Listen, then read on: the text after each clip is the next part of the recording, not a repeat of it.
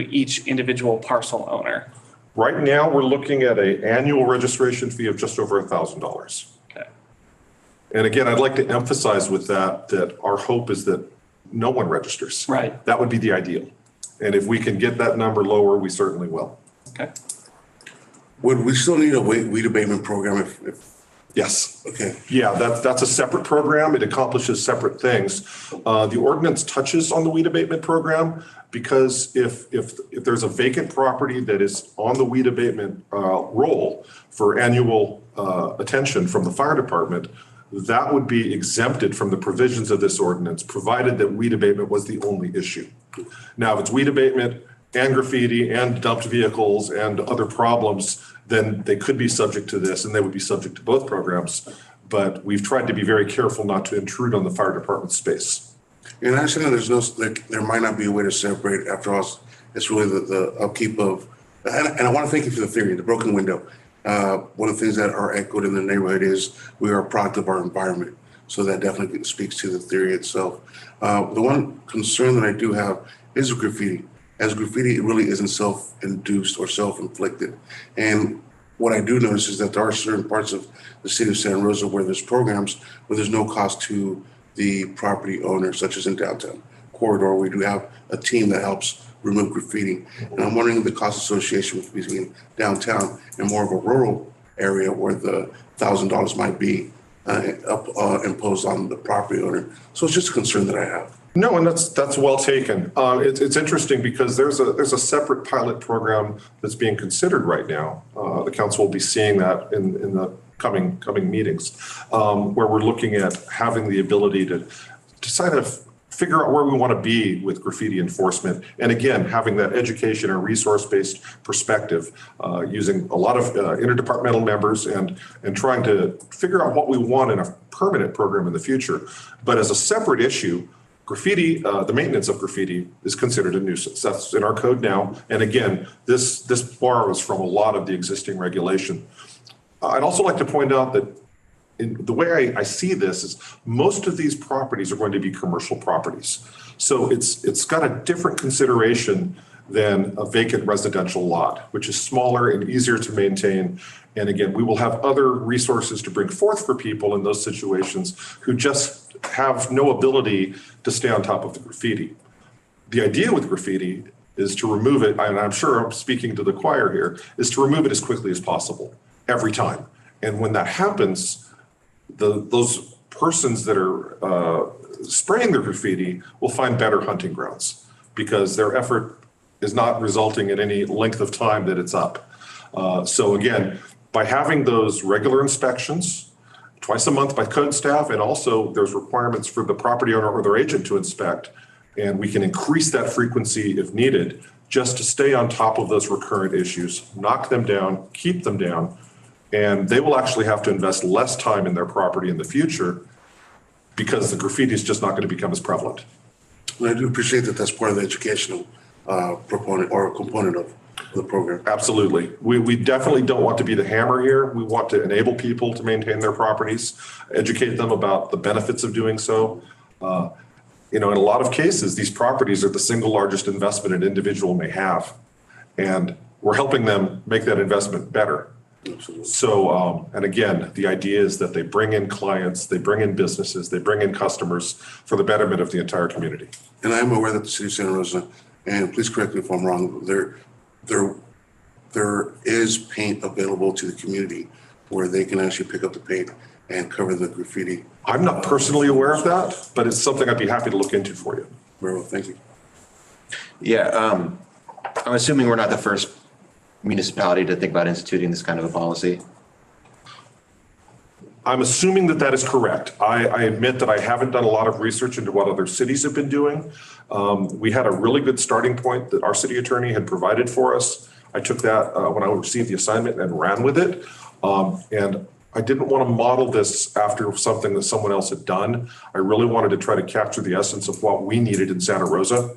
So this is a pretty specific ordinance. But we could certainly look at those other cities and try to determine what they may have done. Yeah, I'm not saying that we need to copy anybody or plagiarize or anything like that. My biggest concern is something that we've talked about before is, well, I don't want Santa Rosa to be the first one in this area to do it and be pegged again with Santa Rosa is not business friendly. Look at what they're doing to us, kind of a attitude. So, I mean, it doesn't have to be like Runner Park, but if there's if other municipalities within the Bay Area are doing something similar. I could certainly get a summary of those. And again, in defense of somebody who might say we're not business friendly, I would point out that this ordinance truly bends over backwards to give business owners and property owners every opportunity to avoid being subject to these requirements. Yeah. That's really the foundation of what we're trying to do here.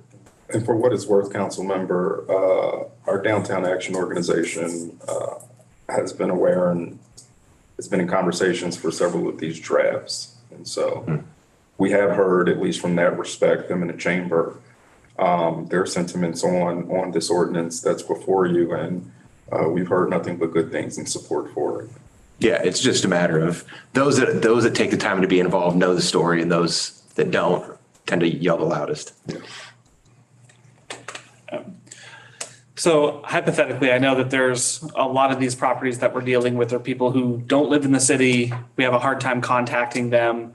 I like the idea of having a local contact for a number of reasons, not just for nuisance, but then makes it easier for the city to operate if we have a way to get a hold of the property owners. Is the idea then that for people who are unresponsive, people that we have a hard time reaching, that this would be a property lien on their property? How would we enforce on those individuals? Well, if their property's in violation of the ordinance, they're required by the ordinance to register, and a failure to do that is in and of itself a violation. So we would try conventional code enforcement to encourage them to get with the program and get on board with it, and hopefully not even need to register. Again, if we send someone a notice that their property is not being maintained, they've got 60 days to fix it and not be subject to this ordinance. We really do try to bend over backwards. I'm going to keep hammering that point because I think it's important. But in answer to your question, it would be standard code enforcement, notices of violation, citations possibly. If we needed to go another way and conduct an abatement of the conditions that were on the property because we can't find anyone, then we could certainly go down that path. It has its own noticing and hearing requirements, but it would allow us to enter onto a property after following judicial procedure and doing whatever needs to be done to safe the property. And then at that point in time, those costs would be assessed as a lien and special tax assessment. And if I might add, there's another suite of ordinances that'll be coming to the city and before the council early 2024 that touches on several ordinances that I actually hope to embed a more robust ability for the city, especially in instances like I believe you're trying to get to, is those properties that we just can't get a hold of anybody, they're not responsive, they won't do it, that we can literally mirror the weed abatement program. They have a fund that is set up every year that if property owners don't do what they're supposed to by X date, they have a contractor come in and abate the issue. The suite of ordinances coming forward next year is literally, we're trying to call it the nuisance / citation ordinance we want to find a way, and we're going to be working with Alan's team to see, and the city attorney's team, to see what it looks like to get us to have a fund that helps us with these abatements that we've been handcuffed with for as long as I know, not being able to have that resource. So that's the target, is this is another kind of a piece in that chain to lead to the real ability for us to literally go and do something to a property when they don't meet that mark. So that's the hopes. They have big dreams, and we've uncovered some really good information that may even help us more. Cool. Okay, let's see if there's any public comment on this. Is there anybody in the room who'd like to provide comment? How about online? If you wish to make a comment via Zoom, please raise your hand. If you're dialing in via telephone, please dial *9 to raise your hand and *6 to unmute once called upon. There are no members of the public with hands raised. All right, I'll bring it back. So what direction would be helpful from the subcommittee? Is it just thumbs up, keep working on it, keep talking with people who might be impacted and bring something ultimately to council? Or is there something a little bit more in the weeds, so to speak? Unless you have any overt objections or concerns about anything you've heard, I think that would be ideal direction. Not to put words in your mouth. Continue forward. Yeah, good to go. Yep, good on my end too. Awesome. Thank you very much. Yeah, Thank you. Thank you both. let's move on then to item 5.2. It's all Raisa. Hey, Kaya, do you have the presentation? I can get it. Should have talked to you about that earlier and checked in on that, but hopefully you were able to look at the presentation, so I'll just talk through it and then we can jam through the slides when we get there. Because I really only need the last ones when we start talking about direction. But first of all, I want to just state this is, as you know, a continuation of our May meeting where we introduced the need for a new economic development strategic plan. And I just want to give you a reminder that what we'll be presenting to you today, there we go, can you go to the next slide? Is predicated on input. Thank you so much, Kaya. I know you're working under pressure and I really appreciate it. What I want to just point out today is that, you know, what we're going to be presenting to you is really based off of the feedback that you gave us, but also we have some relatively recent input that we've received from the community. We took that into consideration. We are, as you know, in the process of going through the general plan update. So we have current plans. That's the biggest plan that we have, but staff participates in anything that's happening, like the water efforts, et cetera, et cetera. We've also participated in directly in some of our regional economic development strategic plan development, namely the Sonoma County Economic Development Board's plan. And then, of course, they're the only chamber right now that has a published strategic plan is the Santa Rosa Metro Chamber. Almost forgot their name. So we took into consideration all of those types of things, as well as, you know, other, Marin County, Oakland, San Francisco, other city examples.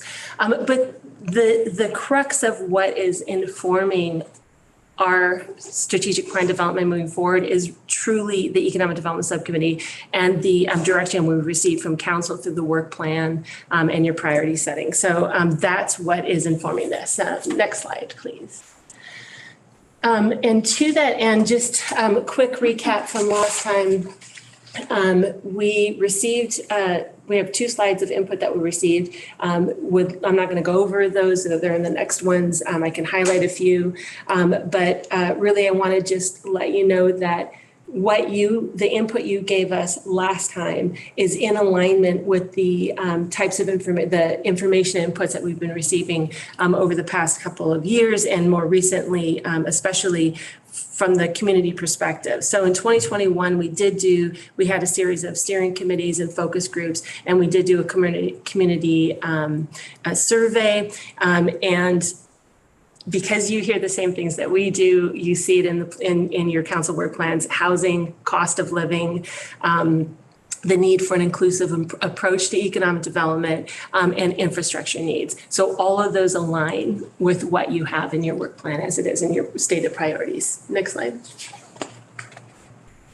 Again, this and the slide that follows are the statements that we took directly from you last time. We need a North Star. We want to know how we're going to quantify and measure success. You can go to the next slide as well. You want a holistic approach. We know that retention is the key, but we can't leave behind small mom and pops. And we need to figure a way to address emerging markets.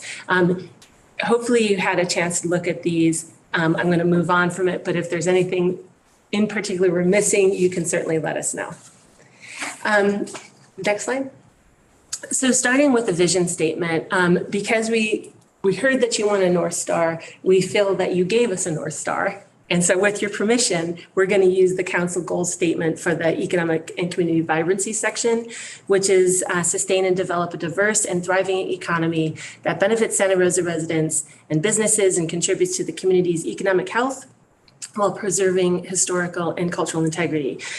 We also have the council's vision and mission, and that, with your permission, will be our guiding statements for the economic development strategy. Next slide. The other thing that we took from the council work plan goals, et cetera, is the hierarchy of language. And this doesn't seem like it would be important, but it is so important because we all call things differently and we want to make sure that we're all speaking the same language. So the hierarchy of language that we're looking at as we build out the plan is going to be goals. We're going to have performance measures associated with them. Then we'll have objectives, and then we'll have tactics. So unless you have an issue with that, we're sticking with what you already have. Next slide. So this is where we get into the discussion. I have in a couple of slides, I'm going to go over timeline and then a series of questions I want to go over with you. But taking all of that input, the council goals, the feedback from May, the community input that's in true alignment with what you already know, we came up with 3 goal buckets, essentially. And so one of the core things that we want to know are these the right areas that you want us to address? Are they enough? Is 3 enough? And what we're considering to fall into the buckets. We can talk about language and words that you want to use, but in essence, what we're looking at based on the input thus far is climate, culture, and communication, which really means how is Santa Rosa to do business with? What is the climate in which people come to us and we provide a business climate? It's business satisfaction. It's how are we communicating and marketing what we have, and then processes. The second is economic vibrancy. This is really the crux of economic development. It is business retention, expansion and attraction, it's community partnerships, and it's economic accelerators. And by that, I just mean, do we have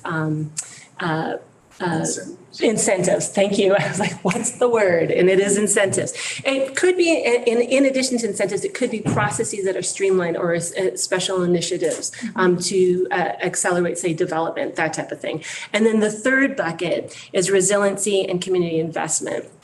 This could be human capital, however you want to talk about it, but it's really those upstream investment type of things that we've put into place through ARPA in particular, but through many other one-time fund sources. It's physical infrastructure, it's economic access and opportunities. So it really captures sort of those looser social investments, but also infrastructure investments moving forward. Next slide. We're proposing a very aggressive timeline to get this done, and we feel that we can do it, not only because we have really clear and great input from multiple sources, but because we can and we would like to use the Economic Development Subcommittee, market it more as where people can come so that you can hear the input at the same time we do, additional outreach and engagement. So we're almost in August. So at this time, we want to make sure that we have the vision goal value statements in place and prepare for the next subcommittee meeting. We're going to continue internal engagement as well as external engagement. However, again, we would like, given the timeline, to be able to use this meeting, have special meetings, perhaps not every other month, but perhaps every month, to be able to address some of the things that we want to get feedback we need. September, we'd like to get a draft review in front of the city manager and executive staff, as well as the economic development subcommittee, so that we have time to incorporate changes. October, we'd like to get a final draft, emphasis on draft, but final, to both to the same groups, and so that we can get to November, a study session with the full council. We would not be anticipate having a full-blown discussion or presentation to the council and I'm assuming that it would be maybe sort of, it might be a resolution or something if there's an action appointed to it, but the presentation would be in December so that we could actually release the document in January. And it would give us sort of a clean entree into 2024. Next slide.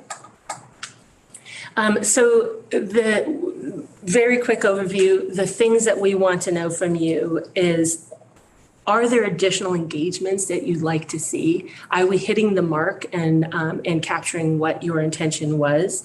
Are there additional special reports or studies that are needed that you would like to see in advance, or can we bake those into a plan? Our internal and external engagement is obviously going to continue throughout the whole process. It should be iterative, and even after we have a plan, things happen.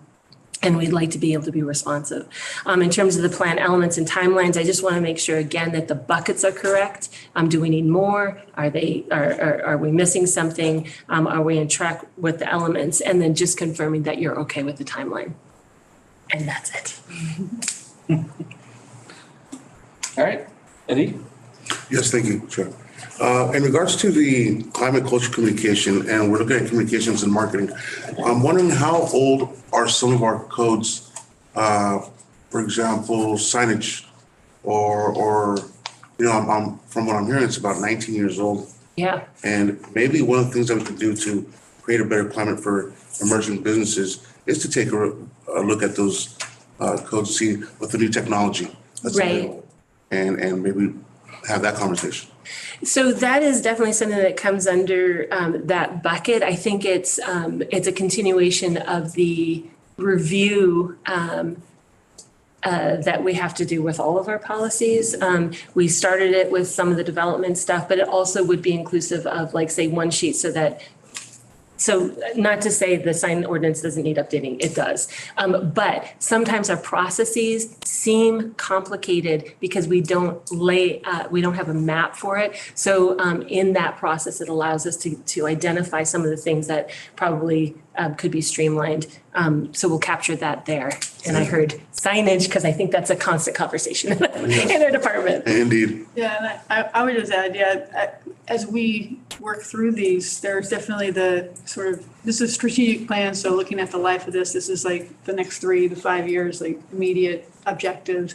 And then there's long term. But even in the 3 to 5 years, you could do something tomorrow, and really trying to be deliberate about what we want to do within 90 days. What do we want to do within 2 years? And then ultimately, comprehensive, bigger moves, like we need to do a code update.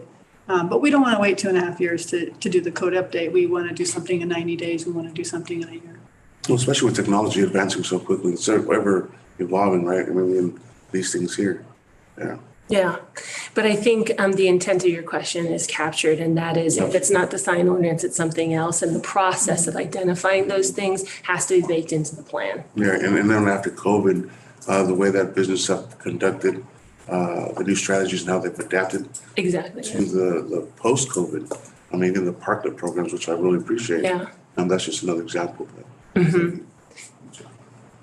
Right. Yeah, for your community outreach, I saw that there was the steering committee focus groups in 2021. When was the community survey done? That was done in 2021 as well.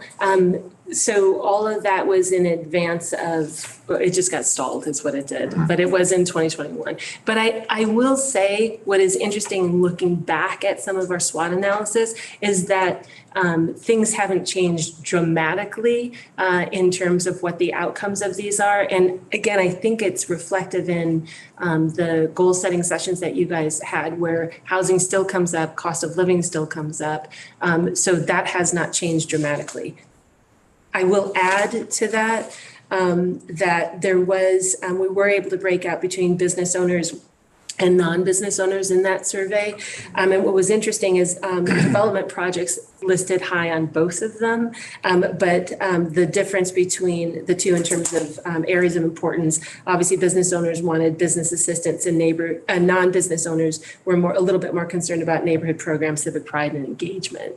But otherwise, we have not seen a dramatic move in opinions of areas of importance related to related to surveys. And I can say that both in terms of those community surveys as well as when we look at studies for assets and red flags within our community, those haven't moved dramatically either over time from pre-2021, even including 2021 to now, when we did this initial survey stuff. Okay, yeah, because that was going to be my next question was, I mean, 2021 to 2023 is only 2 years, but it's about 10 years lived in development of COVID years. Yeah. So, and there's been a lot of turnover in leadership in, the various chambers and industry organizations and stuff like that. So that was the one thing in terms of concerns or questions that stuck out to me was, would it be worthwhile going back to some of those, all of those? I don't know what that kind of lift is. I don't want to put too much on you if you think you have enough, but because of the change in leadership there's even a change in leadership at the city. Right. So I'm Only a little. So I'm just wondering if it may be worthwhile to revisit those.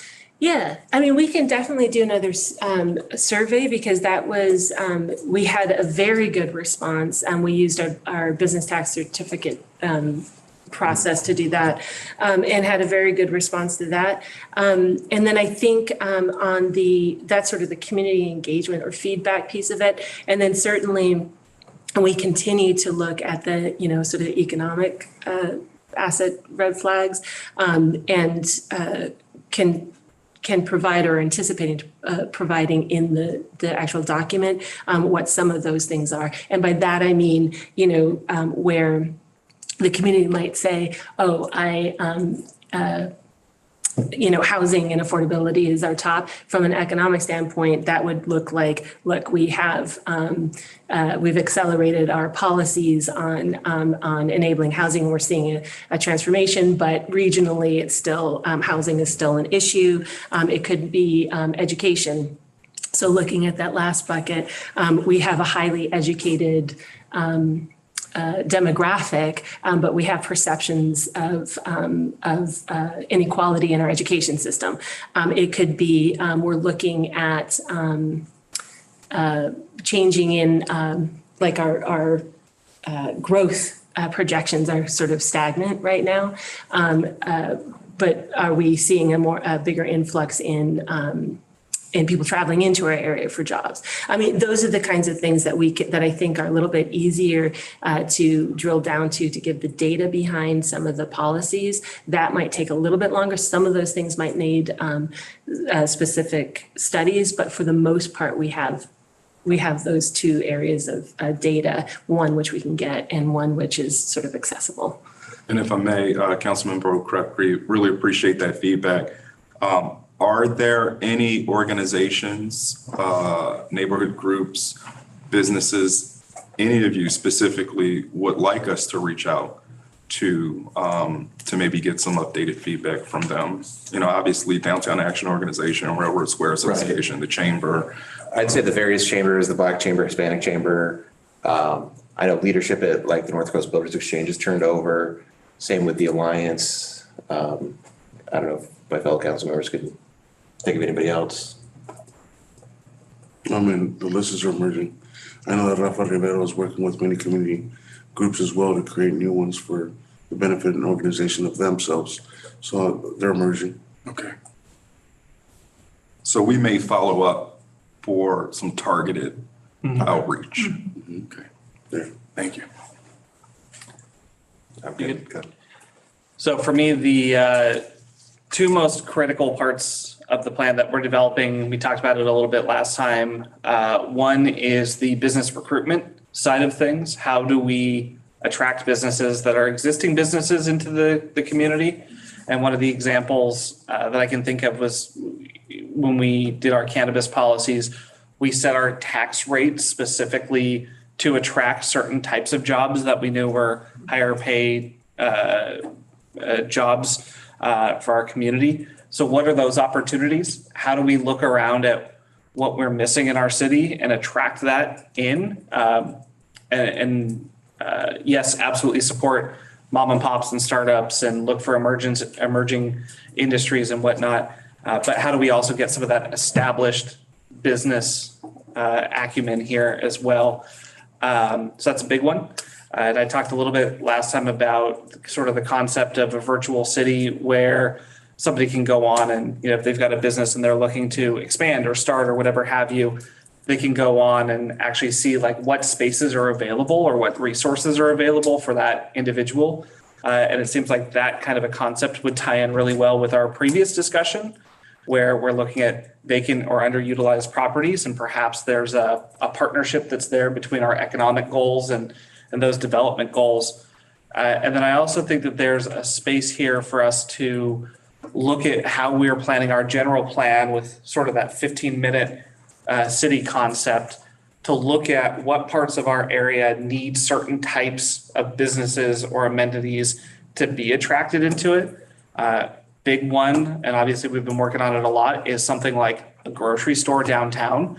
Like, how do we do a targeted approach to make sure that when we identify, for instance, that there's a food desert, which Fountain Grove is becoming one, Burbank Gardens is one, right? How do we take those areas and create incentive programs that not just create jobs, but also mirror with our goals for our entire city? Mm-hmm. And so I'm not entirely sure which category that fits into. I think it's mostly captured in it.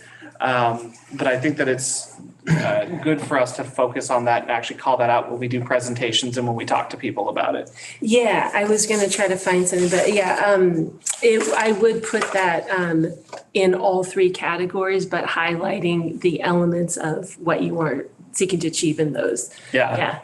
Like my district, probably doesn't need a lot of incentives to attract more bars. We've got plenty of good beer, but other amenities that we can come up with sort of a plan for how do we attract them into specific spots. Mm-hmm. So. Plenty is relative. Plenty is relative. They're all within walking distance. Yeah. People are wanting clubs. Yeah. I do hear that from a lot of people. I know. Yep. It's funny. So we're trying to affect an entertainment district. That's for sure. Yeah. Yeah, for sure. Cool. Anything else to add? No, sir. I'm just wondering, then this just came to me and you can shut it down if you want to, I don't care.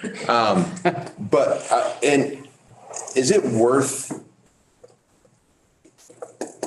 pursuing, or is it worth even thinking about? So like when we, like during the rebuild, right? So if we're doing certain things construction wise, we really streamlined the process for things that we wanted to get done. So if someone came in with a supermarket or a market for downtown, and these are things that we prioritize, say, okay, normally if you want to put this in another neighborhood that's already got a Safeway and a CVS and that, you would do this, but because this is a targeted area, how can we streamline? It's this situation. We're going to help you get to the end point quicker because it is severely wanted by the community. I don't know if you guys are on board with something like that. Oh yeah, that's exactly what I'm talking about. Yeah. Not just targeting an area, but like actually. Mm-hmm. Yes. I would say it's absolutely worth exploring, right? And we should absolutely continue the conversation. And we would need certain explicit policy direction from you all, because it may become an equity issue, right? Mm-hmm. Where, for the sake of this conversation, somebody wants a Whole Foods in their community, right? To your point, there's already a Safeway and a CVS. And if we create this structure where there's a, say, streamlined approach to get that Whole Foods downtown, maybe somebody in that community where they needed to jump through more hurdles says, well, who made the determination that under these sets of circumstances, there's a streamlined effort versus over here, there's another door, right? And we need to be able to say, either this was how a certain area was designated to be prioritized, right, or the city council has prioritized these specific areas for exactly what you want to talk about. But to be fair, we do that with housing, right? If you're going to put the type of housing in the location we want, we provide different incentives and different type of streamlining because we recognize that there are certain things in our community that fit better in certain areas than elsewhere. Yes. So what I'm talking about is actually mirroring this with your community assessment, whether it's grocery stores, whether it's childcare, whether it's whatever the amenity is, parks, open space, right? Where you're looking at what is lacking from certain areas in your community, and you're not telling somebody that they have to go there. You're creating a path of least resistance for them to be able to operate in that area to the benefit of the community. So I want to be real clear. We have been super involved and super aware of incorporating the general plan update because Right. a lot of what you're talking about Right. is enabled through the new general plan update in ways that it may not have been before. So we're there, the general plan update is looking at neighborhood centric, is looking at access to jobs at the neighborhood level, right? I think where it becomes very important to what Assistant City Manager Dunstan is saying is identifying, because the issues aren't going to be childcare. It's enabled, it's allowed by right anywhere. Well, yeah, and it's needed everywhere. And it's needed everywhere. Grocery stores similarly, but where it becomes a thing. So one, there's an enabling policy in the documents. And then the second is additional effort. So what we did with housing is looked at policy. We've taken care of that through the general plan update. But it is the things like the Surplus Land Act and deciding that we're going to go through that, or what does public-private partnerships, that is where I think the Assistant City Manager is saying this is where we need to start. That's that policy level piece of it, where then it takes an extra effort, and it may be enabled, but how is it incentivized? And I think those are two slightly different conversations. And I think that's what we'll be looking at, probably as you look at of how we implement through a 3-year period. Yeah, I was just going to say, I was looking at the economic vibrancy bucket, the economic accelerators, and thinking of, like you said, housing. Right. My apologies. I thought you were just talking about like making it clearer and. Oh no. Okay, so I know we're at question time and not giving comments, but that's what I just wanted to clarify. Comments are helpful. No, but after we get public comment, we'll, Oh, okay. yeah. Blurred. Yeah. All right, let's see if there's any public comment. Go ahead. Thank you. So I'm Gig Hideout. I'm Santa Rosa resident, homeowner, business owner, and part-time city staff. Now, so this is with regard to the plan for the external engagement. So I'm suggesting that you contact instructors of business courses at Santa Rosa Junior College and send them the meeting notes and the attachments for the subcommittee meetings and ask them to review them and provide their input in writing. And invite them to attend the next meetings. And you got September 12th, November 14th. Yeah, invite them to the meetings. And there were actually 52 business course instructors who teach at SRJC. And all their email addresses are listed on the JC website. However, only 8 of them are actually teaching courses for this fall semester, which starts August 14th. So you could ask these 8 instructors to pass along the information to the meeting dates to their students when they start the courses on August 14th, and invite the students to provide input and attend these meetings. And as you probably know, SRJC students represent a wide range of people of all ages and levels of experience. So this would broaden the pool of engagement with people whose interests are focused on business and the local economy. Now, for my own suggestion about stimulating economic development in Santa Rosa, try inviting new business ventures to come to Santa Rosa in the areas of artificial intelligence, hydrogen fuel engines, and space technologies. And yeah, ask them to visit Santa Rosa, pay for their local hotel visits, give them the tour, and talk to the executives and the board of directors, whoever accepts your invitations. So if you just include some of these suggestions in the plan, then these things can happen. And I'm going to just mail this to Ms. De La Rosa as well. Thank you. Thank you, Gig. Do we have anybody online?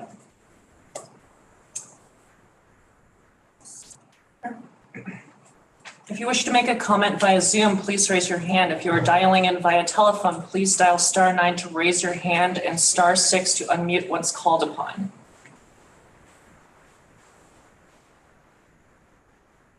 There are nobody with the raised hands online? All right, I'll bring it back. So I absolutely love that idea of working with the professors and the students and whatnot. And also, it reminded me of when we had developers come and take a tour of the downtown and show them the assets. I don't know if there's an opportunity to do that with business development folks for some of the businesses that we might look at holistically, sort of what we want to target and go after that we think we could try to recruit to Santa Rosa. But that would be, I think, a really worthwhile endeavor as well, to actually get those folks to come here to see what's here and to talk through with them. If nothing else, what are the barriers? What are they looking for? And I do know, kind of the history of the development is what typically happens is these larger businesses tend to look at a region. They narrow down to a region that they need to be in. And then when they choose where in the region they're going to specifically locate, like, we can't do much to impact them looking at our region. But for those who are willing to come to our region, having a conversation with them about why not Santa Rosa? Like, why would you locate in Windsor as opposed to Santa Rosa, for instance, right? Not to say that we don't love our neighbors to the north, but there's no reason that we shouldn't be having those conversations with folks to figure out how to bring them here instead. I think one of the questions that I have on that, because we do love our neighbors and we do benefit when larger businesses locate, even if it's outside of city limits. Just specific to that, for example, testing your tolerance on, we have a problem with land availability. And we have a problem with tiger salamander, and we have a problem with some of the things like that we try to respond to in terms of, they need access to a rail track, or, some of the things we're just not eligible for certain parts of it. But our neighbors are. What is your tolerance for regionalism in terms of our attraction? We are currently working with both the Chamber and the Economic Development Board in particular, for example, for our regional responses, because between the county and the city, we offer the most and have the most to provide in terms of sort of the soft things that people look for, businesses look for. Is this something that you want baked into the plan from a regional perspective? So I think for speaking for myself, I am good for us to attract people to our region, but then would want to know what are they looking for to locate in our jurisdiction once they're in the region. Are the barriers, right? So I think it's digging deeper into the barriers, and I think that goes back to, I can't remember if you said it or you said it, but it goes back to then how do we respond and then incentivize them to locate here? And I think that's where it begins to look into not just what is in the general plan, but it gets into parcel specifics of or area specifics in terms of how we can enable it. Because it's a yes to everything, but it then becomes a policy discussion when you get down to industry and industry needs. And I think that then addresses it. Yeah. Okay. Thank you. Yeah. And I'm wondering, a lot of the things that were brought up, AI, space, all of those are on the emerging side. How do we also create opportunity for the next thing that's going to emerge that I don't even know what that is in 5-10 years? Huh? Venture capitalists. Venture capitalists. Air taxis. And how do we get more venture capitalist money here? Yes. Yeah, I would just add, the more specific we are in targeting the type of industry or industry sector, the more specific we can get in our tactics. Because if we just support housing, it does have some value, but when we really strategically placed it someplace and we had some criteria, and then if you go here and you meet this criteria, it was very clear that we had the policy direction from the council to really, to treat it differently, frankly. And so that really helps. So the more specific we can get with the industry types, and again, it's connecting with our regional partners about what those types might be in general, but what Santa Rosa specific will come from us. Yeah, and I think I'm interested in kind of seeing what's out there, but also recognizing that it's not just about generating additional sales tax, Right. but it's about creating industry. And I would say that sales tax will come because if we have the industry, we have the people. That's right. That's the easiest thing to get. The hardest thing where I feel that I've heard you guys say this, it's that higher level shift on what our funding revenue begins to look like. And an understanding of how it impacts the rest of the business climate, because I'm not talking like a big box store that comes in and puts everybody out, right? Like that's not what I'm talking about, but I am looking at emerging industries or, what's the next key site, what's the next Medtronic, et cetera, et cetera. So generally, I've understood just going forward, just to make this very clear, is we're not talking about retail in general. That is just a market-driven revenue drive. I definitely hear you, and I think that will be reflected. Cool. Yeah, so to your last slide, I think we kind of covered the engagement portion of it. If you want to offline, like pinpoint some, like, hey, what, these organizations, that's fine. I don't think I need to see any specific studies or reports. Maybe that study updated 2 years later. Sure. You said that was fairly easy to do. Yeah, I can do the economic sort of SWOT. Yeah. Yes. Yeah. And then I'm good with the buckets, the timeline. If you say you can get it done that quickly, I'm all for it. I'll believe in you. It's ambitious, we know. But other than that, I think with the understanding it would be a final council decision, what Chris and I were both discussing, sort of like that economic resiliency ordinance of, in this area, we would like to see these specific kinds of businesses, and we will do whatever we can within reason and law to get you in there. Like food deserts and those kinds of things. I think that would be, you say it's worth exploring. I'd like to see that explored. I mean, there's no need to reiterate what's been said prior. For myself, it's really the technology and really just supporting the businesses, the emerging markets especially. And as far as the timeline, move forward with it as best you can. And that's it. All right. Do you need any additional direction? No, but I will go back and watch this. So I hope you're equally as happy with this session as our last one. I am. I think this is important, and I think it's a good thing. And I think especially when you start to talk about the tie-in with the general plan and with the other things that we're trying to do, it's critical. So, cool. I think we'll take a 5-minute recess while we locate the chief. He's late. We're John or Scott? John. John. Said he'd be here at 3. It's 3:01. I don't have to go. Yeah, we dragged it on to 3. Slowly and everything. I don't think he's joining. I think he might be joining us in person, but he's not online, is he?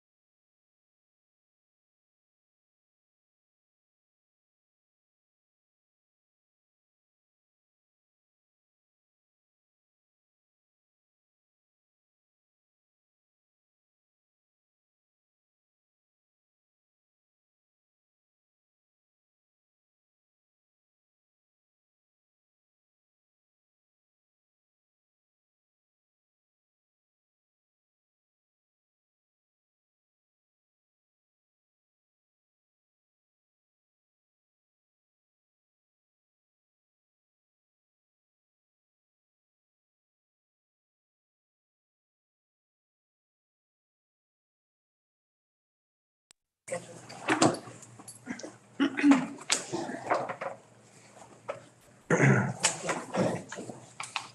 right, and we're back. Right. Roll call. Chair Rogers, Here. Board Member Kripke, Here.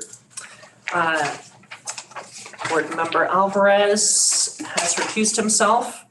Let the record reflect that all commissioners are, all members are present with the exception of Commissioner Alvarez. Great. Let's go on to this last item then, 5.3. All right, so I'll introduce this item. We've added this item, cannabis business security, because there has been a recent uptick in conversation and activity around our cannabis businesses, particularly related to some break-ins. And so I know there's been conversations that we've hosted through the police department, but we also have other staff members here that connect with the cannabis industry. And so it's really an opportunity to sort of recognize that there's an uptick in activity in this particular sector that, as we noted earlier in this meeting, is a sector that the city made great strides to support, and is still in its early days in terms of really, becoming a rich part of our economy. And so it warrants just a conversation to check in about, the city's support for this industry and what we can do. We don't have a presentation, but we have staff here to be a resource for a conversation. We have Chief Cregan, thank you for joining us, from the police department. We have Alan Alton and Scott from our finance department. Monet Shikali, she's our planning and cannabis program manager right now. Amy Lyle has joined us from planning. Raisa, obviously from economic development, and Raphael's listening. Thank you, Raphael. And so we're just here as a resource to help talk through the issues. Yeah. Let's start with the chief and just talk through like a little bit, like what are we actually seeing out there? What's the need? So the general thing, I was working with our crime analyst team last week preparing for this, and undeniably a significant uptick in the cannabis related burglaries and thefts. So I was looking at a graph here like that. In 2018, we had 4 burglaries associated specifically with like licensed cannabis dispensaries and businesses here. 2019, 4, 2020, 5, 2021, 5, 2022, 6. So pretty steady really over that period. And then just in the first 6 months of 2023, we've had 14. So well more than doubled. I mean, we're almost going to 3 times that level. So seeing a significant, some of them were just by targeted groups. So just in January this year, we had 7 of those 14 occurred just in the month of January. And that definitely concerned our cannabis business owners here in Santa Rosa. And we've been working with some of the key stakeholders. And we held like really a cannabis like industry meeting with the police department, with planning was there as well in April, and heard like an overwhelming amount of concerns from the businesses about some of the safety concerns, but also just some of the legitimate concerns of the burglaries of their businesses. We started diving deeper into the issue and looking for some of the trends. Most of them are happening in the early morning hours between 2 and 4 in the morning. We saw one trend of that the majority of them are occurring on Monday mornings, and that I'm not sure anecdotally if that's because maybe there's more business over the weekends. I think there might be more cash or cannabis on site. Also Friday nights was another peak night. But we've been sharing, our property crimes team has been sharing with other detectives throughout the Bay Area. And most of what we're seeing, it's not suspects here from the city of Santa Rosa, but coming from out the Bay Area and very organized like theft rings. And they're coming from different areas, and they're coming, and sometimes they're hitting multiple locations along the way. And you'll see them hitting like, whether it be in Vallejo or Petaluma, Cotati, and then coming to Santa Rosa and hitting multiple. We had the ones just last Monday night where we saw an organized theft ring, and they stole multiple vehicles out of the Bay Area, drove here in those stolen vehicles, rammed them into the businesses, and we were able to get into a vehicle pursuit with one of the vehicles, and we have some suspect leads that we're following up on right now. So the biggest data I have for you is just like seeing the increase, and most of the time it doesn't appear to be spur of the moment of just someone walking by and throwing a rock through a window. It's organized crews coming together in a group of 3 to sometimes 8 of smashing in using either vehicles or tools that they pre-planned with, and then going in there specifically, usually targeting some of the product there.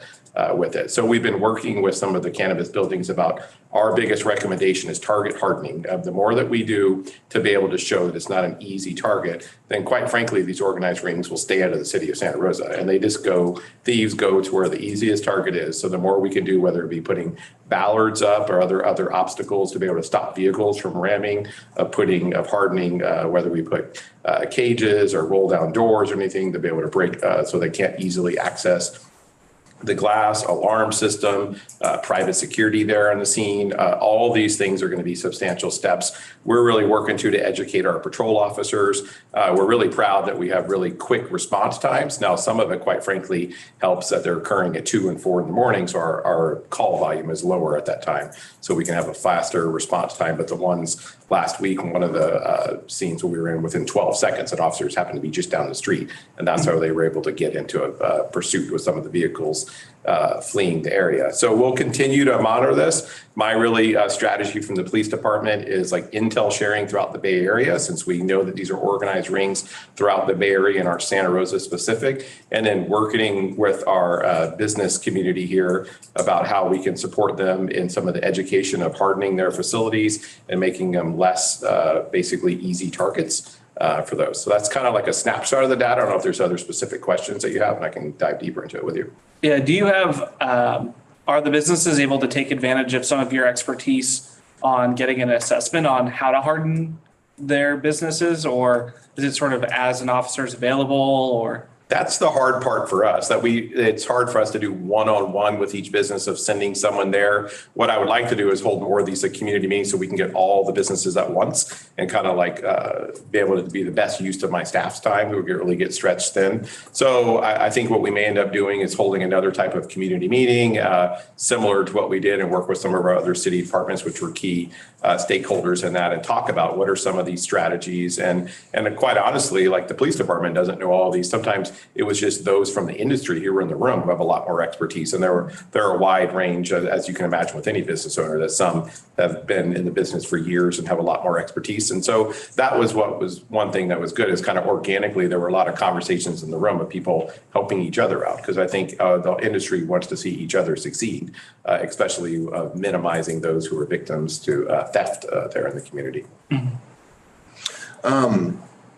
Just some basic questions for edification purposes. Are the bollards and guards, are those proven to be viable deterrents, or are we estimating that they will be? Yeah, I can say some of that is just more anecdotally over experience, but like what you're not going to see is like them being able to ram the vehicles into it. So that's been one of the trends that we're seeing, because they just use these stolen vehicles and they just know of you having the brute power of ramming that car into it, and the vehicle itself means nothing to them since they're stolen. So the ballards will certainly help with that, and that's one of the trends that we've seen here.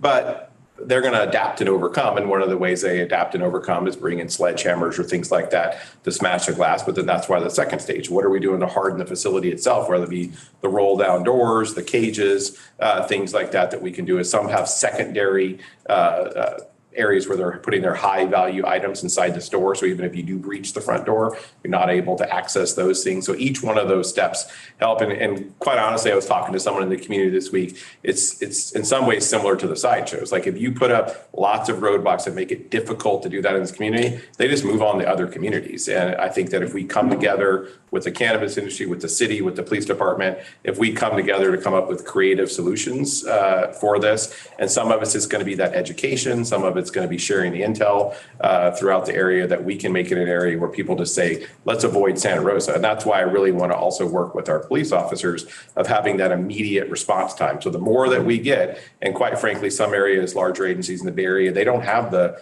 ability to respond that quickly to these. So we can show like, wow, in Santa Rosa, they respond immediately. So let's stay out of Santa Rosa for doing these burglaries. Okay. Do these individuals tend to be armed? Basically being my concern would, if we have a guard on duty, does that risk is there a life safety issue for that guard? Because I know not all guards at cannabis businesses are armed. And would there be a greater risk to the community if some sort of engagement happened? I do think that just having the guard there is the deterrent, that they do, like, from my experience, that they're spot checking the area before. They don't just randomly come to a business. They've done, whether it be a couple days before where they've driven by, they do a site assessment themselves to kind of look at like, okay, how difficult is this place to break in? So they're not just like Googling and saying, let's go hit this random place in Santa Rosa. So I think having the guard is a real deterrent. There is, though, a risk, and we've talked before at some of the city council meetings. In 24 years, I've never seen so many guns on the streets of Santa Rosa, and really that's throughout the Bay Area and throughout California. So there is a higher likelihood of these suspects being armed, but most of the time, they're not going there planning on an armed confrontation. They're going there planning on an empty building that they can ram and quickly get in and out of. They don't see it as, like, from my experience, that they're not looking for violent altercations, but sometimes if they get confronted, they will come armed, and that is sometimes what happens during these burglaries. So it's certainly a risk. And then one real quick shift. This may be a question for Alan and your department, but one of the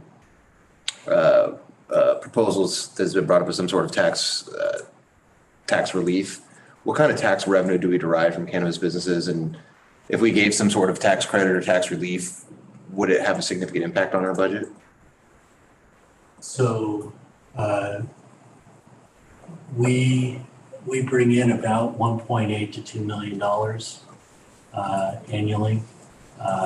We seem to have plateaued around that amount.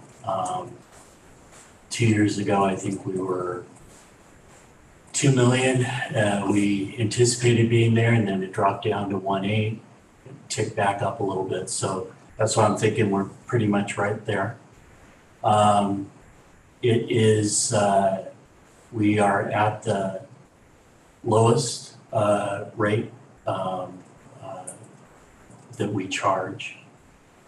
Does it have an impact on the budget? Yes, absolutely. We're at a stage right now where every bit of revenue that comes in, we need. We have a deficit. That deficit is gonna keep going and get bigger. And so, it wouldn't be, so there is no excess revenue that's there. And underscore our chief financial officer's point, we're the lowest tax rate in the state. We're at the floor. Just for context. Okay. I just have to say, from an economic development standpoint, not to counter that, because we are, and it matters. But if you look at the stack of taxes, we're in the middle. Like low to middle. Yeah. So is there an economic case that can be made that a temporary program that helps people to make, because what I'm worried about is if you're doing well, you can afford these. But I also know that there's a lot of cannabis operators that have barely gotten their doors open, that still have a ton of debt, that still aren't quite making it, that have really tight margins. And then if we're going to ask them to do additional security measures, one, does it make economic sense to the city to kind of help float them to get that done? Because then we'll see fewer attempts at break-ins and crime. And then two, have we had any discussions with folks in the industry to see what would be helpful to them to be able to address this issue, and what types of tools would they be able to best utilize if we were to put together something, even if it was a program for a couple of years? Yeah, I don't know if you want Claire to answer that about more globally working with the industry. I can talk more specifically about the security conversations we've had. Yeah, and I don't know, Monet, you've been working with the industry through our program, but I'm not sure if you've gleaned that type of information. I can talk a little bit about that. So we have minimum security requirements in our ordinance locally. Mm-hmm. The state has regulations within the state regulations. And between the two, it doesn't require the amount of hardening that I think the chief has been talking about. And we're starting to see businesses start to utilize a lot of those techniques for their buildings. And so in talking to some of the businesses, I think they are looking to see what's working. And then if they're able to invest, they're doing that. But there could be some other things that we could provide on education as far as crime prevention through environmental design. So those types of things. But at the end of the day, it's still a cash business. There's still a product on site and it's still a target. So it's really about the structure itself and the security presence. And beyond that, there's not much, I think, is the business they could do. But I think it's important to have the conversations and see how we can assist in other ways. Mm-hmm. I mean, part of it's information sharing. So, I mean, I like the idea of continuing the discussion with the community and using the industry itself as a resource for other industries, and maybe then being as a facilitator, that type of work, facilitate the information back out, best practices, opportunities, resources. But yeah, I think short of financial resources, I think that's where we will all be looking for opportunities that we don't see right now. Yeah. Oh, can I add one more thing? So one of the grants that Monet is working on is the Cannabis Equity Grant. And so we're just doing the assessment at this moment. But the next step, if we choose to take it as a city, is to do a grant program for applicants that would qualify under the equity guidelines. And the county is starting to do this year. But that may open up opportunities for those that would be able to apply under the equity grant status to get funding to be able to make improvements. So just wanted to provide that one avenue that may eventually be available. Yeah. Okay, that's helpful. I'd be really curious to continue the conversation and in particular see if, I don't know if it's Raisa or the chief or whomever, Monique, you can come forward with some form of a proposal for our discussion about if we were to create some criteria, I don't know what it is, for the operators who are struggling to have some form of tax deduction or relief to do specific types of identified hardening that the chief or somebody else can help navigate through one of these community meetings. That what would that cost? What would the effectiveness be? What would the response be from the industry? Do we think that would be helpful? And then, of course, what would the impact be to our budget? And what would that look like? That's what I'd be interested in seeing. Outside of the tax relief, I think it is a good idea for us to have more community meetings where we aggregate what else we can do or what else we can assist folks with, or what best practices have they identified within the industry to help one another. Because it does sound like there's a particular need for some response to be done for us to at least be able to talk about doing something different going forward. But you want to do public comment? Yeah. Do you want to give some comments first, or I'm trying to give the public something to respond to also? Let's do public comment first. Okay. Anybody want to provide public comment? Gig? Okay, this is just in response to what I learned, Gig Hideout, Santa Rosa. So I've been convinced over the years that crime prevention is always the best way to go. So I like the idea of the roll down doors. And actually it should be any possible glass window, door, any glass, anything on the outside of the building should be locked, shut down for every night. So open in the day, customers come in, close at night, doesn't hurt their business, but stops people from ramming in. And it seems to me that since there's been this rapid uptick, just like we were talking about in the first item with the vacant lots, how one bad thing attracts more bad things. If there's already a thing going on with organized crime to hit these businesses, it's going to happen again, right? So prevent it now. So I'd say just create a loan program and get all the cannabis business to roll down doors, lock up shutters, no glass on the outside at all. And the ones who've got the money just pay it off for no interest. The ones who don't will have to earn the money to pay it off. Mm-hmm. That's it. Thank you. Thank you. Go ahead. Yeah, and thank you for continuing this conversation. I know we've been now on since goal setting and other things, talking about this now for several months, and Nick Caston, Santa Rosa. Excuse me, can you please state your name for the record? Yeah, Nick Caston, Santa Rosa. We are at a point where I think the education that the chief put together really resonated within the industry. The district attorney was there. There was a lot of conversations with the detectives about what happens after a crime happens. But once the crime happens, the damage is done, and a lot of companies can't recover from that.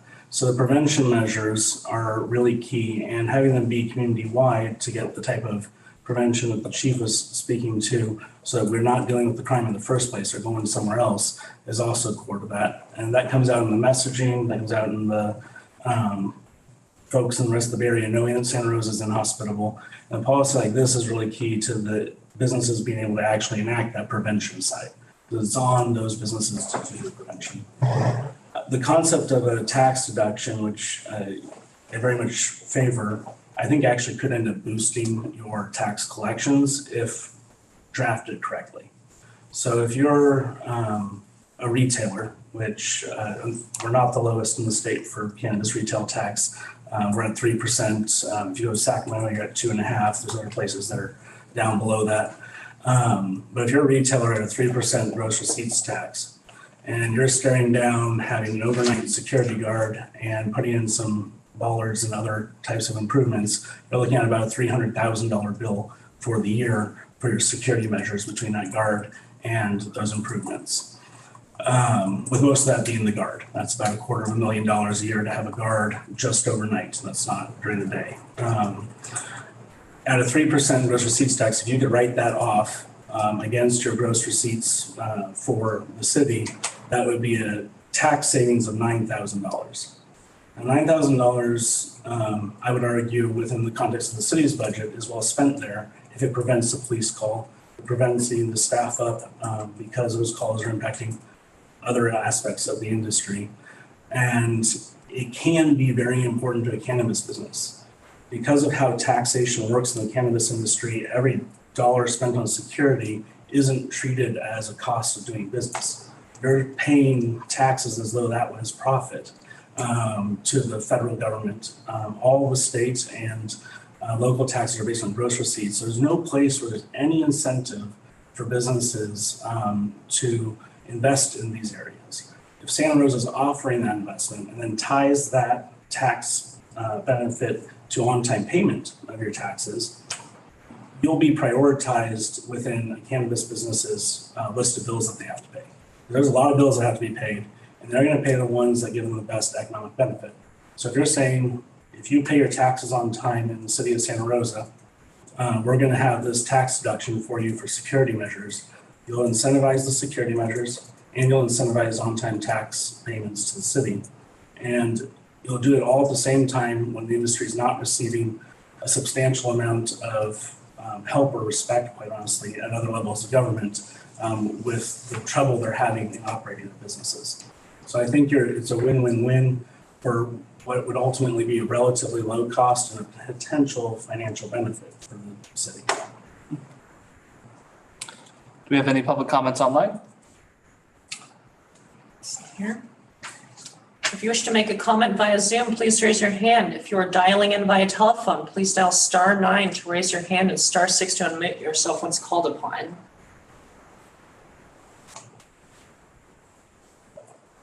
There are no hands raised. All right, bring it back. I mean, obviously it's an issue that needs to be addressed in some way, shape or form is how we address it, right? So I'm interested in the tax deduction, but I would like to see, with that, an analysis by the CFO's office of what that could mean revenue wise, because we're on a very thin line if we haven't already stepped over that line with our expenses this year. I do want to incentivize businesses, especially to pay their taxes. So I'd be interested in hearing more about that. And any other creative ways that you guys can get from your counterparts in other parts of the Bay Area that have worked well. I would also like to see that as well. So are you comfortable with giving some direction to staff to essentially go and come up with a couple of proposals that they can bring back to us for discussion, including around the tax issue, something that doesn't cost the city money and something that's driven by the industry? Yes. Okay. Does that work for you all? Yeah, I think we'll put we'll put something together that's high level, obviously, and come back with some, just so we have something to brainstorm around. Perfect. And can I also add that I would like any of these proposals to not contemplate reopening the discussion on the cannabis ordinance itself. But something that can be added outside of that. Yeah, I would second that one. Cool. Okay. Last item is department reports. Does anybody have a report that they'd like to give for today? All right, seeing none, we'll go ahead and adjourn. Thanks, everybody.